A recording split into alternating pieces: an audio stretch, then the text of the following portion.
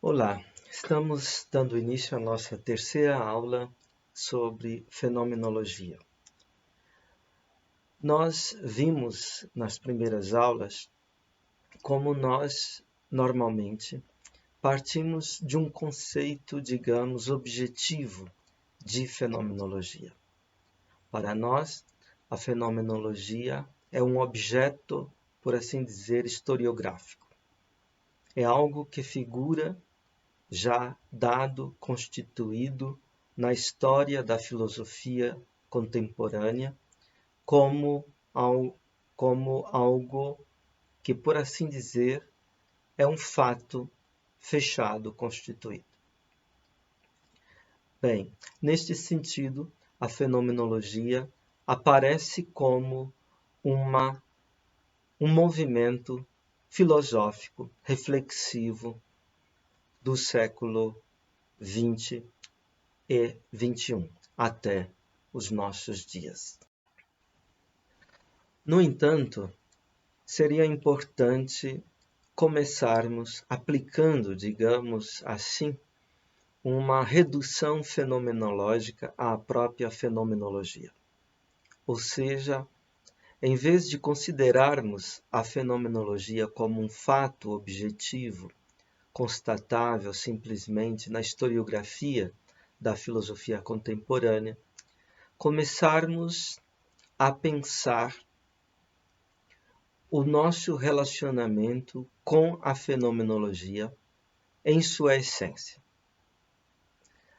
O fato da fenomenologia como um movimento é, por assim dizer, uma repercussão, uma derivação da essência da fenomenologia. Então, nós começamos a nos perguntar pela essência da fenomenologia. Bem, com isso, nós abrimos uma outra compreensão de fenomenologia. Esta compreensão parte da tese de que a fenomenologia é um conceito de método. Na última aula, nós lemos uma citação de A Ideia da Fenomenologia de Husserl, em que ele diz: fenomenologia designa uma ciência, uma conexão de disciplinas científicas, mas, ao mesmo tempo e acima de tudo, fenomenologia designa um método e uma atitude intelectual. A atitude intelectual especificamente filosófica, o método especificamente filosófico. Com isso, nós podemos dizer que a fenomenologia só é enquanto atitude, que ela é somente enquanto método, e atitude intelectual, método filosófico. Método, porém, aqui, nós ainda vamos aprofundar isso, deve ser entendido não como um conjunto de procedimentos técnicos, mas método como caminho, como modo de encaminhar, de abrir veredas, por assim dizer, na paisagem do saber. A fenomenologia como caminho e modo de encaminhar as questões da filosofia. Bom, mas as questões da filosofia, elas todas repercutem, no fundo, uma única questão. A questão titoon, na linguagem de Aristóteles. O que é o real? O que é a realidade do real? Ou, em termos mais tradicionais, o que é o ser do ente. Nós podemos lembrar aqui uma citação do livro Zeta, capítulo 1, da Metafísica de Aristóteles, que diz: Kai dekai topalai, te kainin kai aeia porumenon, ti toon. Traduzindo, e assim, pois, o que tanto outrora, desde os antigos, quanto agora, quanto sempre, em qualquer hora, estamos investigando. E, em referência ao que, sempre de novo, nos encontramos em aporia, num descaminho. A pergunta: o que é o ente? Poderíamos dizer de uma maneira mais simples, o que é, afinal, a realidade do real? Esta a pergunta filosófica. A fenomenologia como método de colocar esta pergunta filosófica. Bem, poderíamos primeiramente examinar isto no pensamento de Husserl, depois no pensamento de Heidegger. Esta será a nossa proposta inicial. No pensamento de Husserl, a fenomenologia, nós vimos, o método filosófico. A filosofia, por sua vez, é a doutrina suprema do ser e da ciência. Citando aqui a ideia da fenomenologia na página 47. A filosofia é a doutrina suprema do ser e da ciência. O ser e o saber.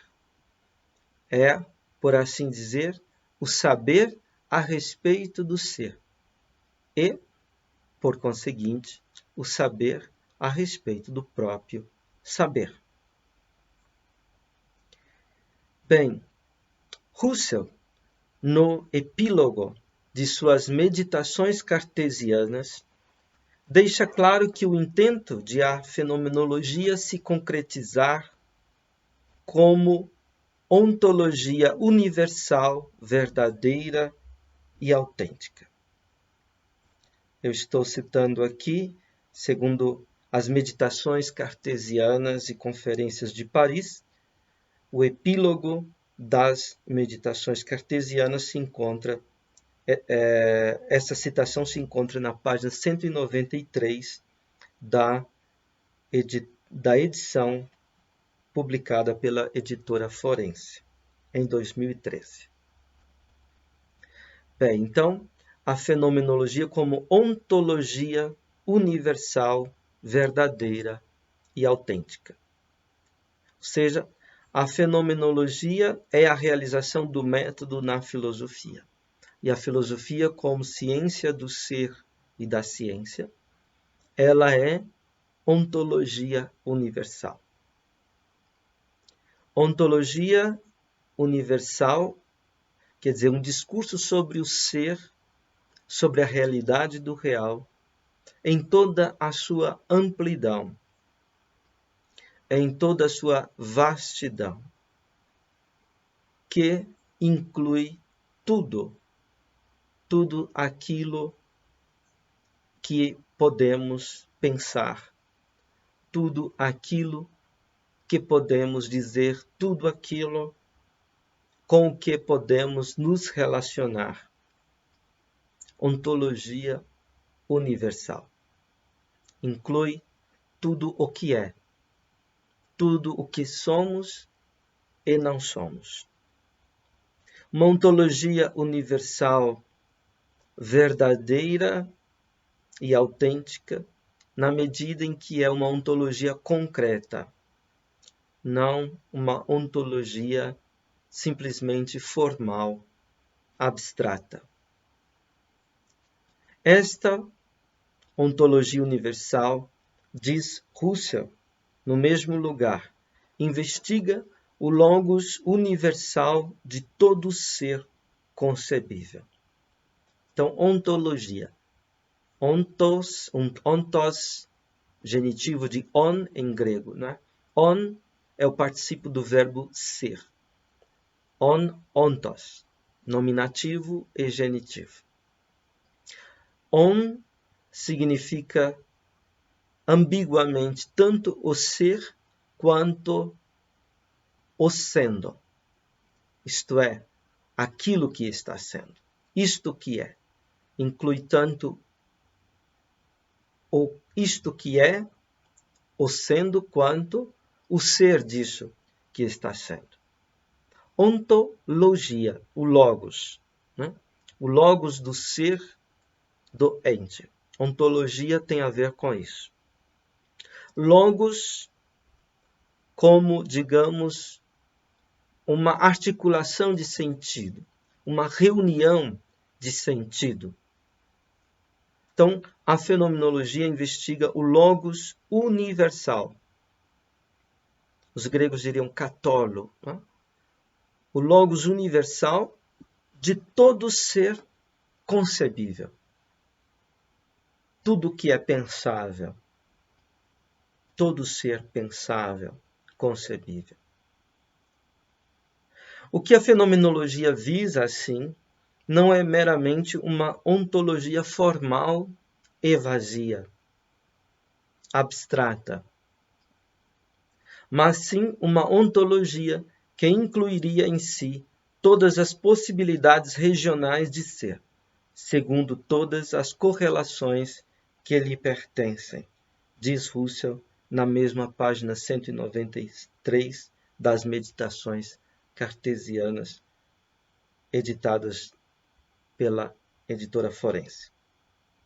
Bom, então, enquanto universal, esta ontologia inclui em si todas as possibilidades regionais de ser.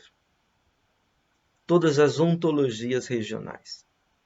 Digamos, uma coisa é a ontologia regional da natureza, que é o campo pré-jacente dado de antemão para as ciências naturais. Outra coisa é a região de ser chamada história, o campo pré-jacente, pré-dado para as ciências históricas. Outra coisa, por exemplo, o campo a região de ser chamada linguagem. Para as ciências da linguagem, o que já está posto. Outra coisa, o campo, por exemplo, do número, para as matemáticas. E assim por diante. Então, todas as possibilidades regionais do ser estariam incluídas nessa ontologia, segundo todas as correlações que lhe pertencem. E Husserl segue dizendo, vou citar novamente as Meditações Cartesianas, página 194. Essa ontologia concreta, universal, ou também essa doutrina da ciência universal e concreta, essa lógica concreta do ser, seria, por conseguinte, o universo da ciência em si primeira, a partir da fundamentação última. Essa ciência total do a priori seria, então, o fundamento para autênticas ciências de fatos e para uma autêntica filosofia universal no sentido cartesiano. Uma ciência universal do ser fático a partir de uma fundamentação última. Então, trata-se não de uma ontologia abstrata e vazia, formal, mas de uma ontologia concreta, universal. Husserl também chama de doutrina da ciência universal e concreta. Né? Doutrina da ciência é um título que Fichte usou no idealismo alemão.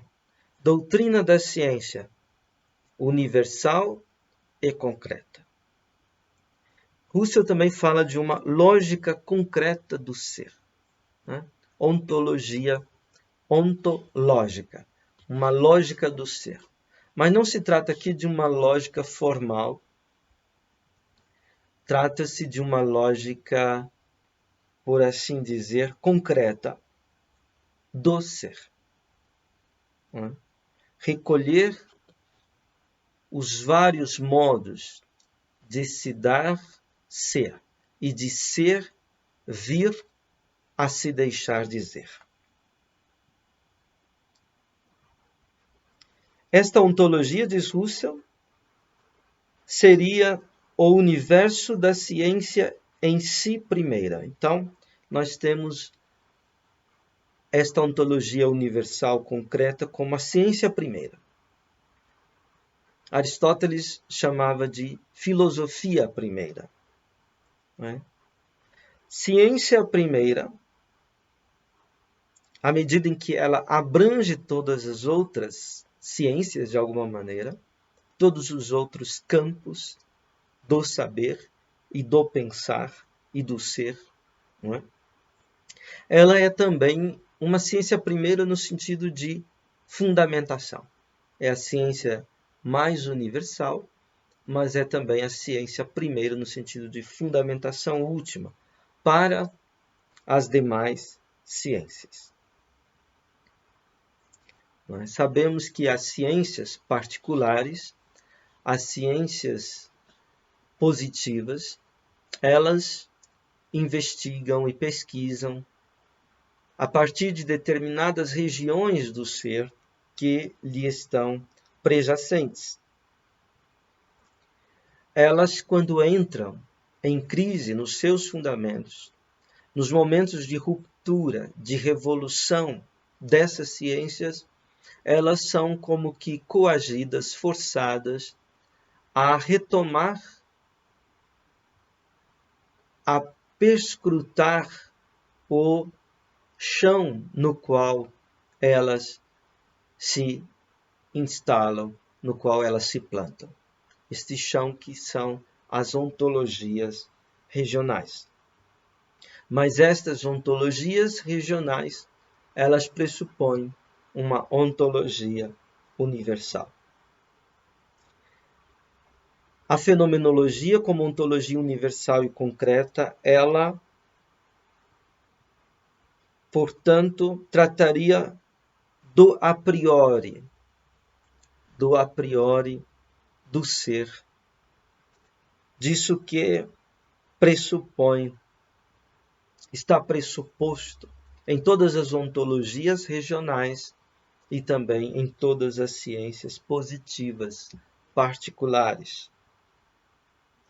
Esta ciência total do a priori, ela seria o fundamento para as autênticas ciências de fato, diz Husserl. As ciências de fatos, as ciências positivas, as ciências ônticas, objetivas.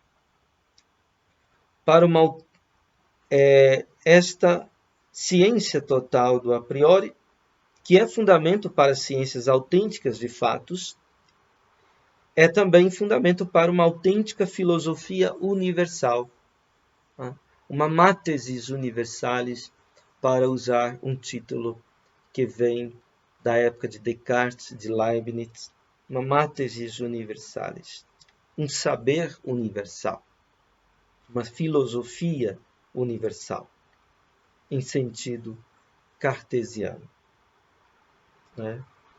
Temos uma carta de Descartes, lembrada por Heidegger numa de suas conferências, em que Descartes compara a filosofia a uma árvore, sendo que as raízes desta árvore são a metafísica.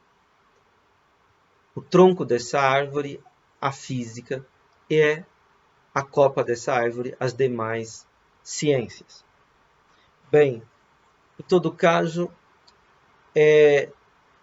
perguntamos por esta ciência universal do ser fático, a partir de uma fundamentação última.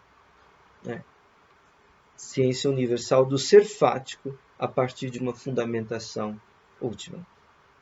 Bem, isso nos leva, portanto, a fenomenologia aparece ambiguamente, quer como essa ciência universal, a ideia, isto é, a proposta, a possibilidade, o ideal dessa ciência universal de fundamentação última, e ao mesmo tempo um método de investigação que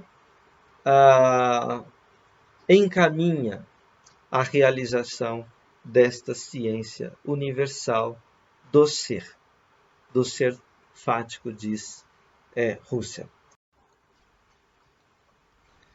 É no horizonte da investigação do ser do ente como tal e como um todo que emergem as questões supremas e últimas, que, no dizer de Husserl, surgem todos os problemas da facticidade contingente, da morte, do destino, da possibilidade de uma vida humana autêntica, que, num sentido particular, é exigida como vida plena de sentido.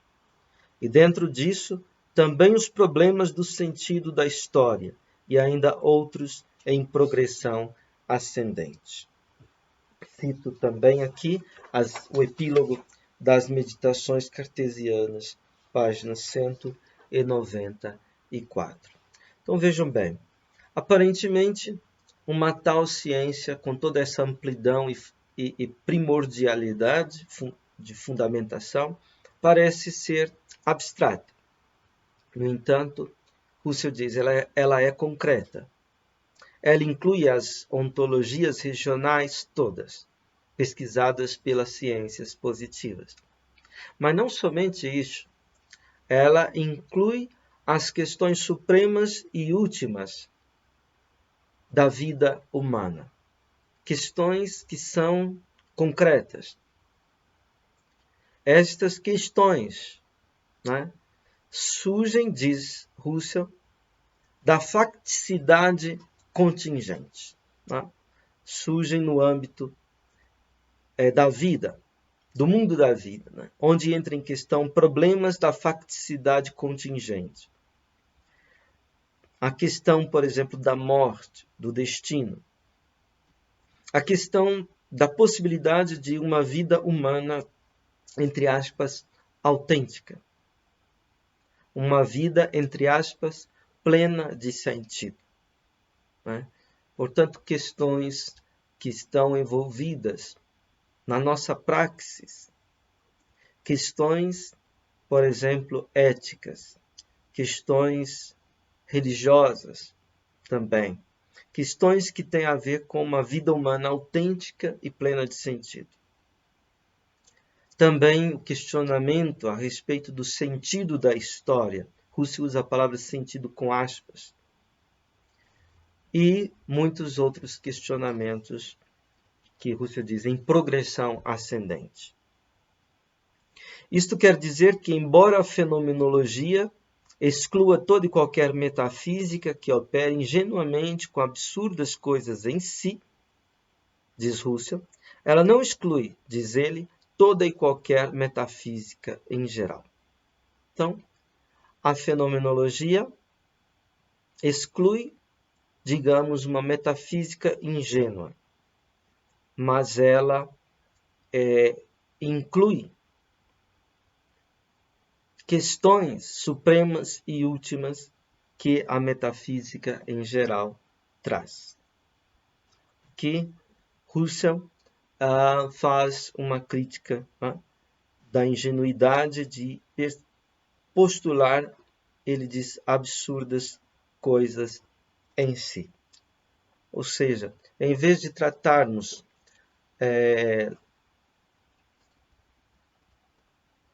do real como algo dado em si, constituído em si, é preciso pensar sempre o real e sua realidade sendo remetendo, reconduzindo a nós mesmos, à nossa vida, à nossa consciência. Portanto, aí nós teríamos uma recolocação, uma refundação da filosofia primeira no campo da vida, no campo da consciência. Diz Husserl ainda, na mesma página, ela, a fenomenologia, não faz violência aos motivos que impulsionaram internamente a antiga tradição nos seus métodos e abordagens incorretos, nem diz de modo algum que devamos parar diante das questões supremas e últimas. Ou seja, os motivos da antiga tradição metafísica não são violados. Apenas os seus métodos e abordagens são corrigidos. E a fenomenologia não para diante das questões supremas e últimas. O que a fenomenologia procura é recolocar a metafísica com suas questões supremas e últimas, bem como com os problemas ético-religiosos, num fundamento, num chão apropriado. Husserl, na página 125, menciona estes problemas ético-religiosos entre as questões supremas e últimas, aquelas que dizem respeito a uma vida humana autêntica, a uma vida humana plena de sentido. A fenomenologia se realizaria assim numa filosofia primeira, numa ontologia universal e concreta, que realizaria aquilo que outrora cabia à metafísica, ou seja, ser a ciência das questões últimas e supremas. Ela, a fenomenologia, é uma crítica da razão. E é uma crítica da razão tomando-se a razão numa tríplice acepção, como razão teórica, como razão axiológica e como razão prática. Razão teórica, na medida em que a razão tem a ver com o conhecimento. Razão axiológica, na medida em que a razão tem a ver com os valores. Razão prática, na medida em que a razão tem a ver com a ação. A fenomenologia retoma o projeto da filosofia moderna de uma crítica da razão, nessa tríplice dimensão, teórica, axiológica e prática. Mas esta crítica da razão está em vista da questão: o que é o ente? Isto Husserl diz em A Crise das Ciências Europeias e a Fenomenologia Transcendental, uma outra obra muito importante de Husserl. Citamos aqui, segundo a edição da Forense, de 2012, na página 6 e depois na página 8. Então, esta crítica da razão está em vista da questão: o que é o ente? Então, o duplo tema da filosofia: a razão e o ente. A filosofia como ciência do ser e do saber. Ela é, assim, a busca da filosofia universal, que remonta aos gregos. Para a Rússia, o enigma de todos os enigmas é o vínculo essencial da razão e do ente em geral.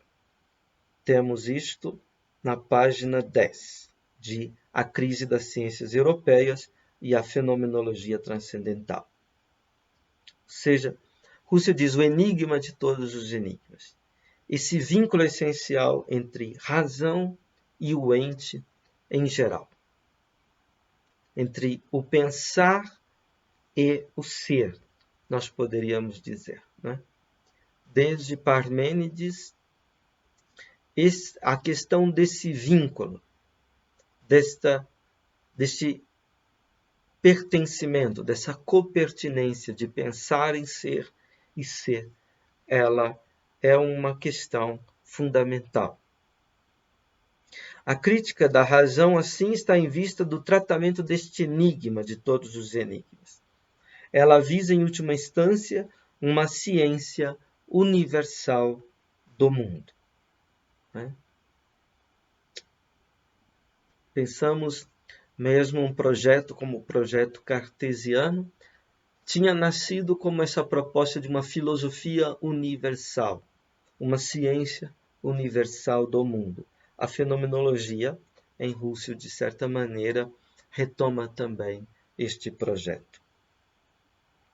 A fenomenologia visa, pois, a ontologia universal. Aqui o termo ontologia é usado em sentido amplo, quer dizer simplesmente ciência do ser, isto é, ciência do ente enquanto ente, da entidade do ente. O que corresponde em Aristóteles à noção de filosofia primeira. Para nós, usualmente, a filosofia é uma ciência. Para os gregos, não. As ciências é que são filosofias. Né? Poderíamos pensar, hoje nós pensamos, a filosofia é uma ciência entre outras ciências.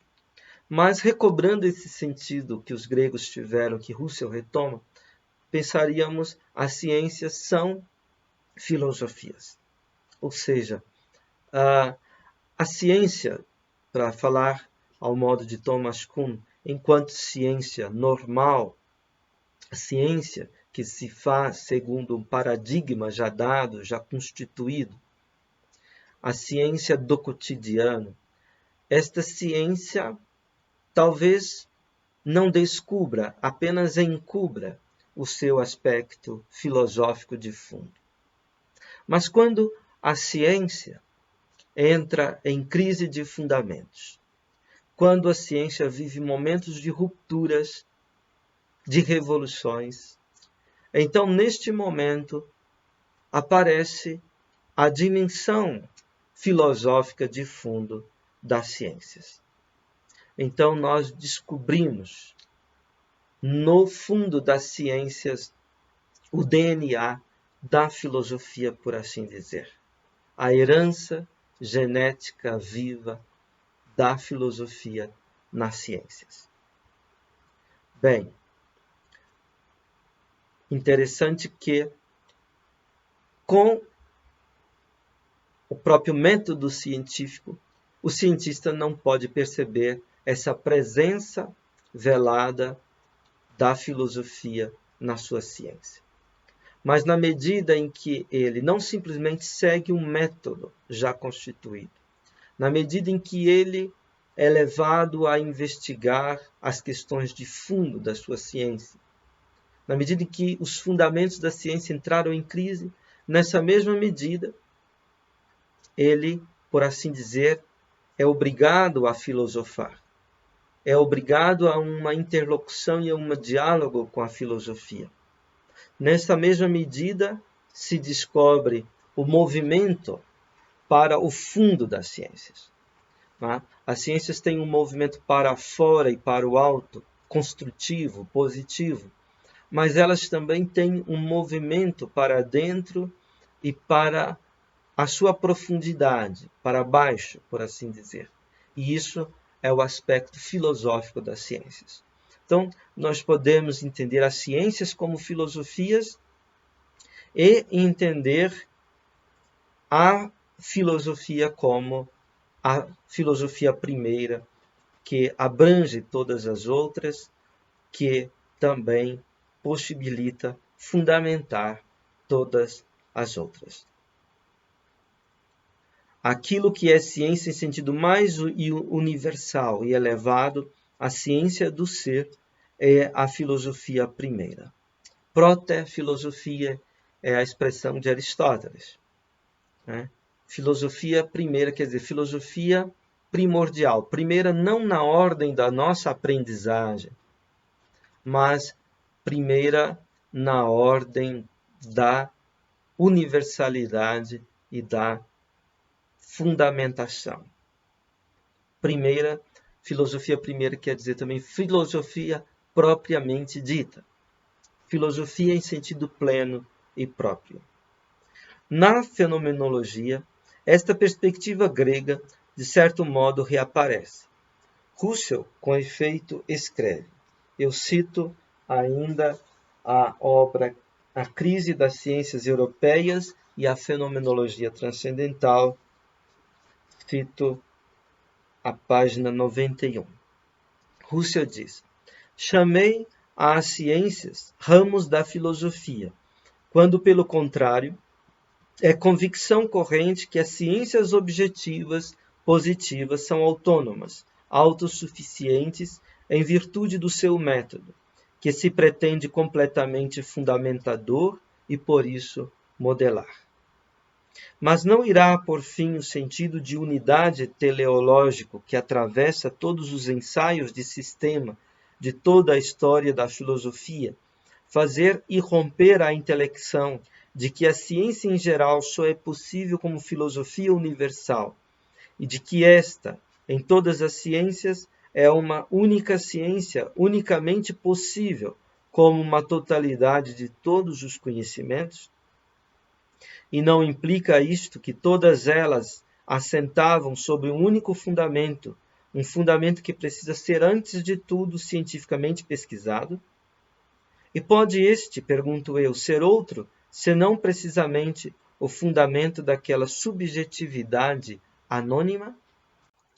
Vamos comentar um pouquinho essa citação de Husserl.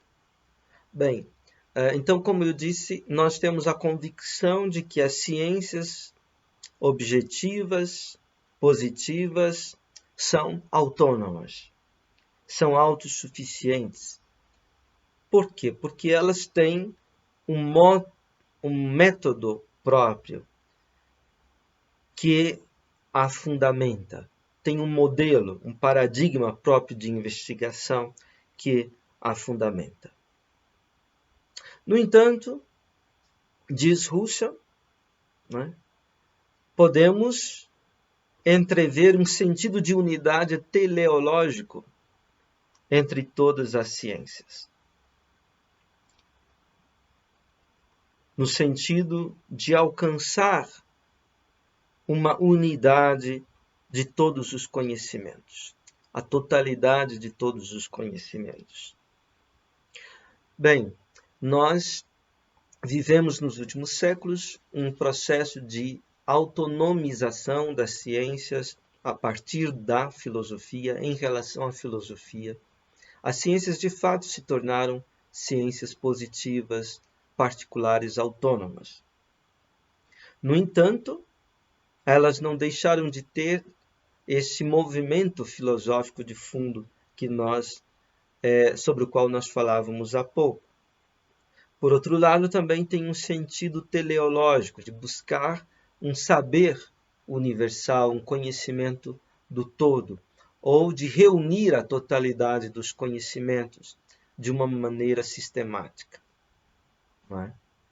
Bem, hoje as ciências se pulverizaram, se fragmentaram imensamente nas suas particularidades. Muitas vezes a única comunicação que vigora, por exemplo, nas universidades é a organização burocrática do fazer dessas ciências. No entanto, nós muitas vezes nos queixamos dessa multiplicidade, dessa por assim dizer, diáspora, né? dessa dispersão dos saberes, dos conhecimentos objetivos, e reivindicamos algo como interdisciplinaridade, por exemplo. Tá? Isso é um indício de que nós sentimos falta desta articulação de todos os conhecimentos, de todos os ramos do saber. Né? E que nós sentimos falta de uma visão de conjunto. Nós hoje temos saberes especializados que nos permitem o domínio do real em campos cada vez mais restritos da realidade. No entanto, hoje nós não temos uma orientação no todo. Né? Falta-nos um sentido de totalidade, falta-nos uma orientação no todo. Russell sempre vislumbrou e reivindicou esta busca de uma unitotalidade dos saberes como um telos da própria história, né, das ciências e da filosofia. Isto é, algo que se busca como perfeição ideal, ao menos como ideia que está colocada à nossa frente, de buscar esta unitotalidade do saber referida à unitotalidade do ser, da realidade. Então, ao mesmo tempo, isso significa ter que reconduzir essa totalidade do saber a um fundamento último. Este fundamento último, Russell chama de subjetividade anônima. Não se trata aqui da subjetividade individual, particular de cada homem, da subjetividade empírica. Trata-se de uma subjetividade anterior a esta subjetividade empírica. Trata-se de uma subjetividade que ele chama anônima, que não recebe aqui um nome. Mas Russell, muitas vezes nessa obra Crise das Ciências Europeias, ele chama esta subjetividade simplesmente de mundo da vida. Ou poderíamos chamar também de vida. Não é? A fenomenologia como ciência da vida, ou do mundo da vida, dessa prejacência, a vida como aquilo que prejaz, que está de antemão sustentando tudo aquilo que nós somos capazes de conceber, de pensar, de valorar, como também com o que nós nos relacionamos em nossa ação. Portanto, a crítica da razão e a busca da ciência universal do ser em Russell buscará também esta fundamentação última na subjetividade anônima, ou, se quisermos, naquilo que ele vai chamar também de mundo da vida. Ou, se nós quisermos dizer simplesmente nisso que podemos chamar de vida, a realidade da vida, como o chão, o fundamento último de todo o saber, de tudo aquilo que podemos produzir também em termos de conhecimentos. Bem, por hoje ficamos aqui e agradeço a sua atenção.